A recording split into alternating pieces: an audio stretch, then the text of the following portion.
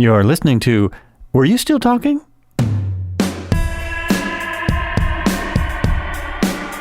Hey, thanks for listening. Welcome back. This is Joel, and in my studio today, via Skype, on the phone, I got Kerry Lutz.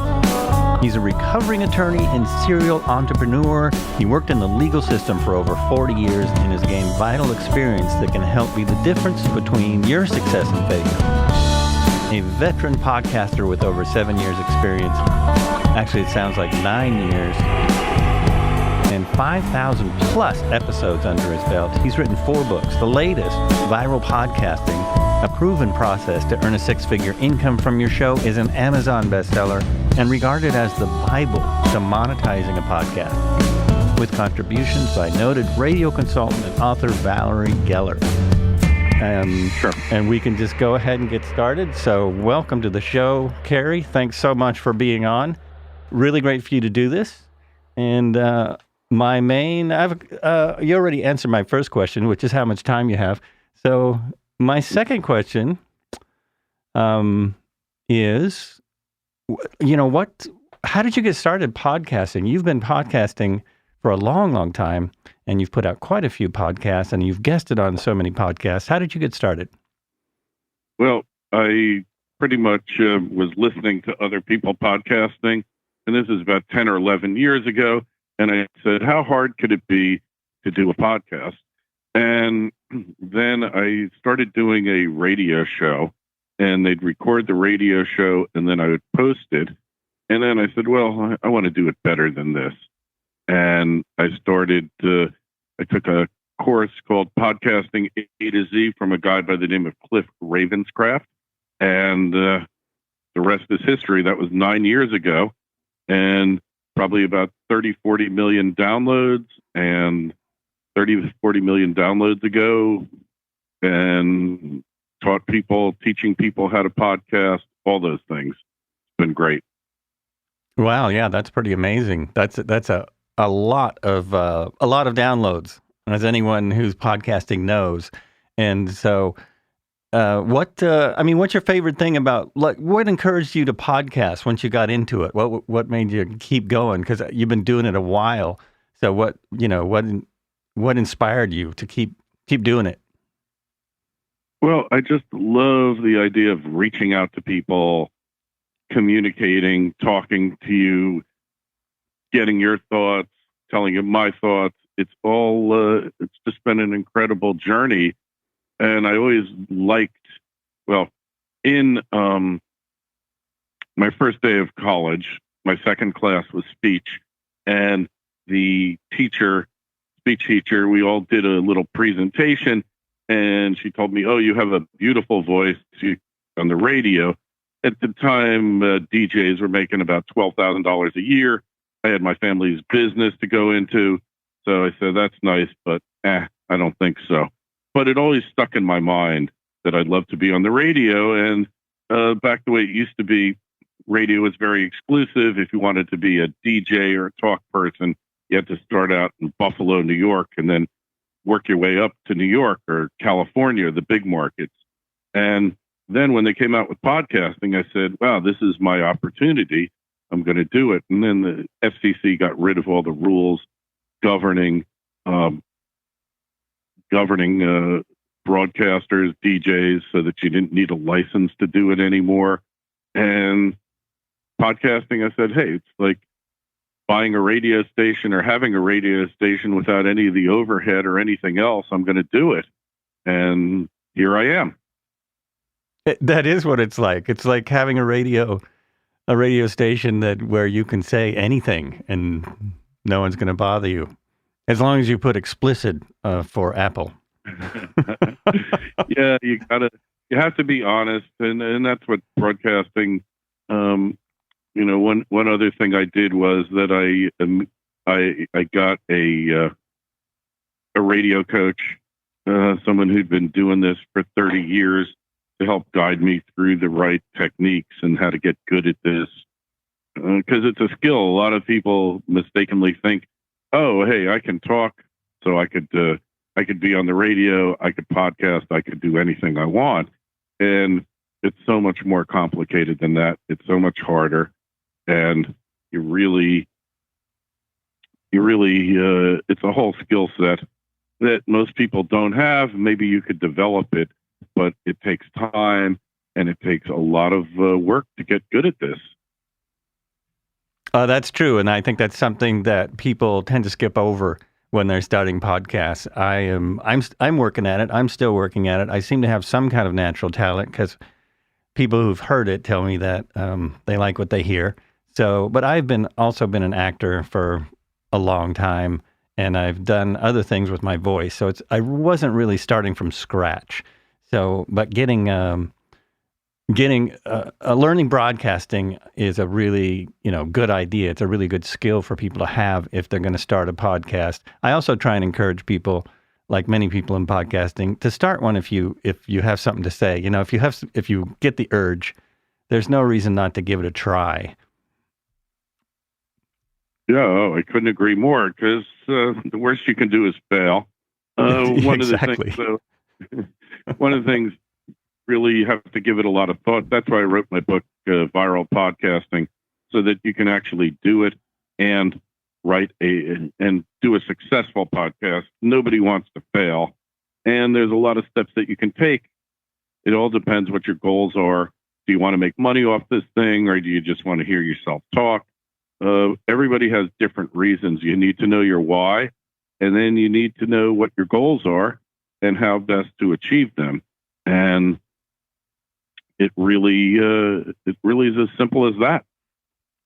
Yeah, and I think that's a really good point. I think it's great that you put out that book. There's not a lot of books about podcasting, and there's a lot of misinformation about podcasting out there.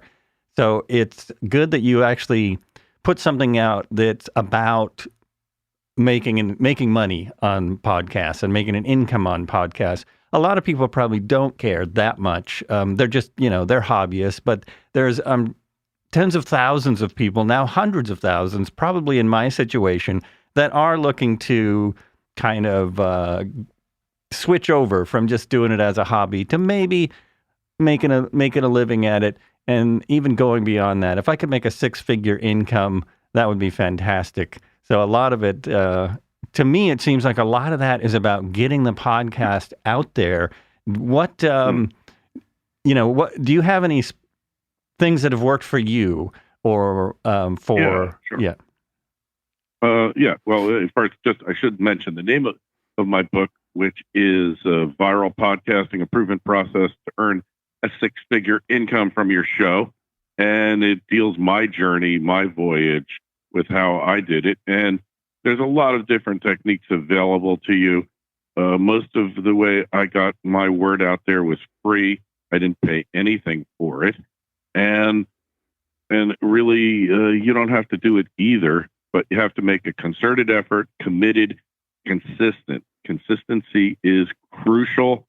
If you're not consistent, nobody's going to listen to you, because you're going to disappoint them, because you're going to break the bond between podcaster and listener.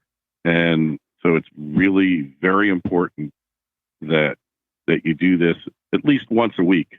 Nobody wants to listen to a show that isn't broadcast or posted less than once a week, for the simple matter that our brains are programmed that way by television. Most television shows, before the advent of Netflix and Amazon Prime and all that, really were weekly shows.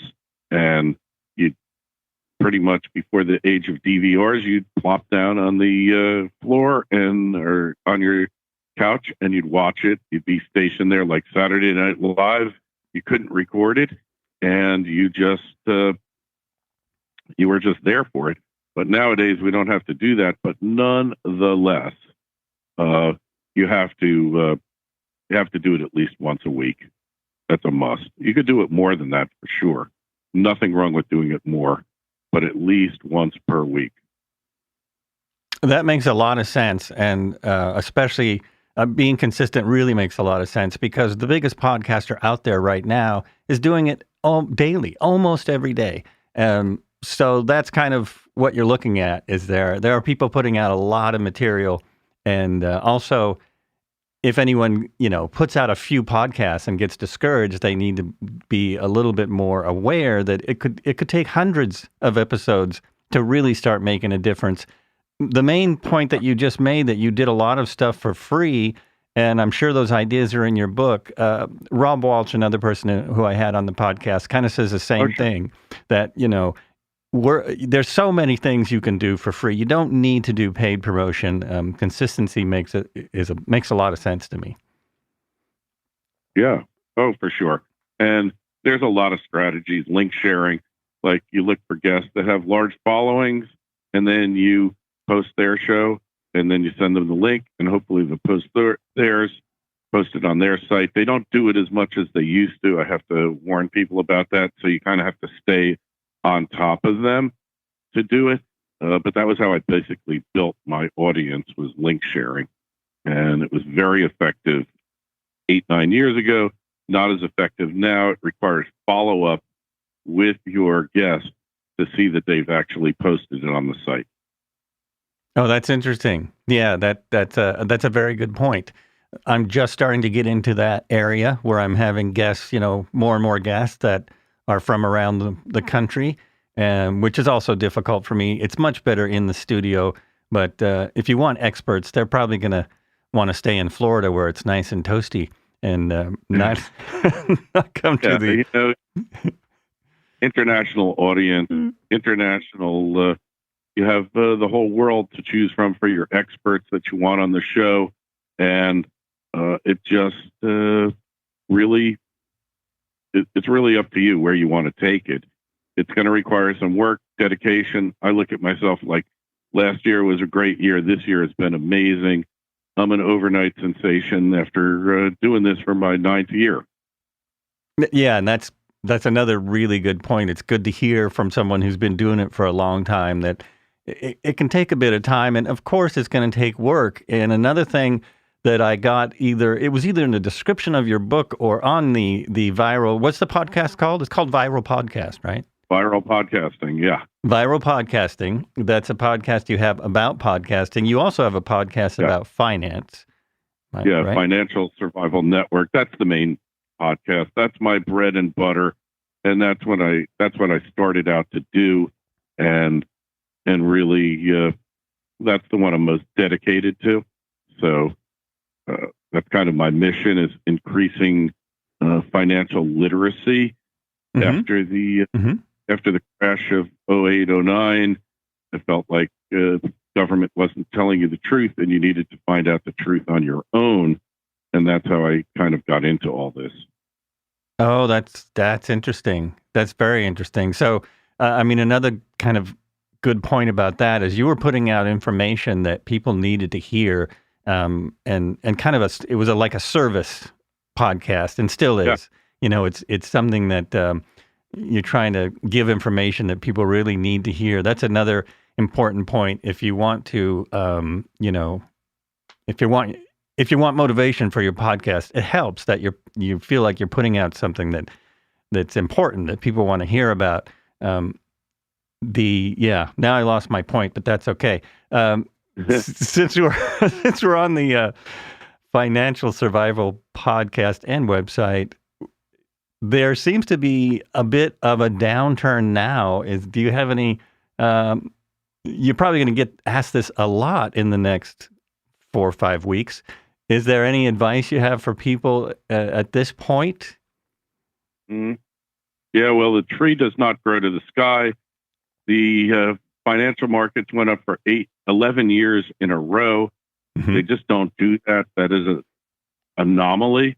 Right. And you really need to understand that you got lucky, and always remember you never lose money taking a profit.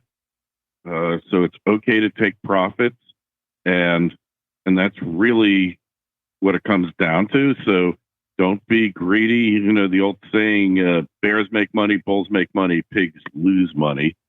And all those cliches are true. And don't let fear stop you from selling. I've made that mistake before, and it's really a bad move. And fear is your enemy, so you got to get past it. It's really important. Oh, that makes a lot of sense. Yeah, that absolutely makes a lot of sense. And we try to give wisdom. We try to help you to succeed, because it's really hard nowadays to really make it in business, in life. It's the the difficulties that we have now that our parents didn't have. There's always challenges, and I think if you're determined, you can win. You can make it, but it requires a strategy. It requires effort, determination, and not accepting failure really does. Right, and that, I think that was the other point I was going to make, is that you worked really hard for 9 years, and you to be successful in the podcast industry, and probably in the finance industry as well, is you need to look at it as a business. You need to realize, if you want to make money off it, that there are some business strategies, right? Yeah. Like, I'll tell you this. When I was at Podfest, which is the podcasting festival put on by Chris Kremotsis. He's from Tampa, Florida. Mm-hmm. And what I learned there, talking to people, is the first time I ever had a booth there, because we're providing editing services to people. And what I realized there was that most people really didn't have a clue what they were doing, and really business plan, they didn't know about it. You should always have a business plan. I'm not saying you have to do a 100-page business plan. You're trying to raise money from Wall Street. Not like that, but you need to know what your costs are. For instance, if you're going to spend 40 hours a month on your podcast, how much are you worth per hour? What's your going rate per hour that you would be paid doing a job? Well, that's a cost, because at 40 hours, if it's $100, then it's costing you $4,000. And then you've got to figure out, well, how much how many episodes am I going to do? How do I make back that $4,000 plus the other $1,000 it costs me in costs to keep my podcast going? And, when you consider all these things, then you should go do your podcast. There's other things. It's all in the book, in Viral Podcasting, and it's on Amazon. You can get it there. But a lot of common sense things. I mean, I'm a startup entrepreneur, done many startup junkie, sometimes they call us. And, it really makes a big difference if you plan a little bit before you do your show, rather than just doing it on the fly. That is really good advice. And I probably should have heard that 25 shows ago or so, but Mm-hmm. I'll keep rolling. Keep doing it. Yeah, well, I'll send you a copy of my book, and you can take a look at it and see what you think. Oh, that would be wonderful. Yeah, I'll take a look at it, and I'll talk about it more on future podcasts. I'll keep putting it out there. I'll keep putting the link out there. The thing I was kind of curious about, you were 40 years working in the legal system.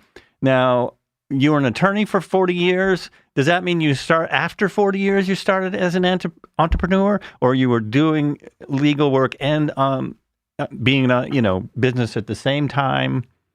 How did that go? Well, let me explain. My parents had a legal printing company, mm-hmm. and we printed cases on appeal for attorneys.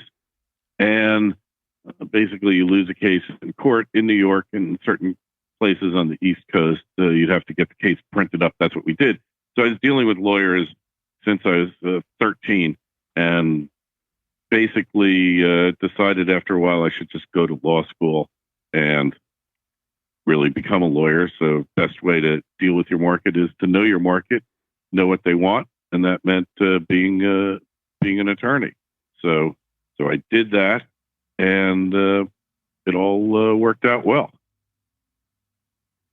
And so but after 40 years, you decided you had enough of that, and well, I quit after the crash. I just decided I didn't want to do it anymore, and I just decided it was time to find something else to do. And I kind of wandered around, and then I discovered podcasting. Oh, that's interesting. Well, you discovered it at a good time, because it was still fair. I mean, even that long ago, it's still fairly new. Since I started podcasting, they've 300,000 podcasts have been added to the podcast world. Yeah, I was pretty shocked. I just saw that statistic last week. Somebody put that out. I think it was Lips and People. It's pretty shocking. That's fast. It went from 300,000 to 900,000 nearly overnight. So now everyone wants, as I'm sure you know, a lot of people are finding all different reasons to start podcasts. Yeah, there's a lot of reasons to do it. There's right ways to do it and wrong ways to do it. And that's why I'd encourage you to get the book, because having some kind of plan is really going to make your life easier and increase your chances of success. Most people never get beyond the 10 episodes that they start out with. And you have to get past the 10. That's really the key, because otherwise, if you don't do it, you're going to quit. That's why having the plan is so important. Knowing what you want out of your podcast and knowing what your goals are, all of that is really crucial. And you can do it, but you just have to have the right strategy, and other things are important too, like, for instance, good production quality, good production values, really important. All those things, they all make a difference. I appreciate you saying that, because I do try and have good production values. I spent money that I didn't need to spend on a different mic for podcasting. That's the way I am, because I'm a gear hound. But it was unnecessary, because I had a bunch of mics. And it is true that you can start out. I've seen many people say, "Oh, you can just start out on an iPhone and you can do a podcast this way." It's true, you can, but you might not have that many listeners. And I'm finding more and more as I go along and I listen to more podcasts and I do more podcasts, that production values really, really help. The interesting thing about that is that the two of the biggest podcasts right now, one of them has amazing production values, and one of them really wasn't very good production-wise until recently. Someone must have tapped him on the shoulder and said, I'm not going to say the name of them, but they're huge. And the way that one of them was doing it was pretty, I don't know, wasn't great. It didn't sound good, but now it's changed. I understand that. I started out, I wanted to have the best production values I could. I've had a number of different mics and mixers and studio setups, etc. Mm-hmm. But it's important. As Cliff Ravenscraft, who is the podcast answer man, said, he said that good production values won't get people to listen to your show, but they will keep people listening to it again and again. And that's really important. And that makes a lot of sense. It makes a lot of sense. That's why, I'm trying to encourage people, when they do call in podcasts, if they're a podcaster, you can actually record your end with your podcast mic and then send it to the person. I've had 2 people do that, but it's a really nice way to do it. Then they don't even know that you're on the phone necessarily. Yep, it sounds the same. We use Skype and Mixer. I also provide a service to people where I edit their podcasts and make them sound professional. We can do all that for you. There's a lot of ways to do it. If you've got 2 people with really good equipment and you can't get the best Skype connection, each of you can record on your end and then send the recording to the other person and stitch them together. It requires a little bit more than basic understanding of production, of editing, but not hard to learn. Nothing here is hard to learn. but there's a lot of it to learn. Anyways, I got to get going here. I hate to. Oh, no, that's quite all right. No, I really appreciate you coming on. I understand time constraints, so I will go ahead and wrap it up now. This has been, were you still talking? And my guest today is Kerry Lutz. Yeah, sorry. That's okay. I don't edit my show a lot. I do it pretty live. We didn't have time to, so this will all be in there. And Kerry has, what's the name of the website and the podcast? Podcast. FinancialSurvivalNetwork.com and ViralPodcasting.com. And you can find my book on Amazon, Viral Podcasting, a proven process to earn six-figure income from your show. And I'm available for any consulting, production, post-production of your podcast. Email address kl@kerrylutz.com. All right, fantastic. All those links will be there in the show notes. And again, I really appreciate you coming on. Thanks a lot. And likewise, thank you so much for having me there.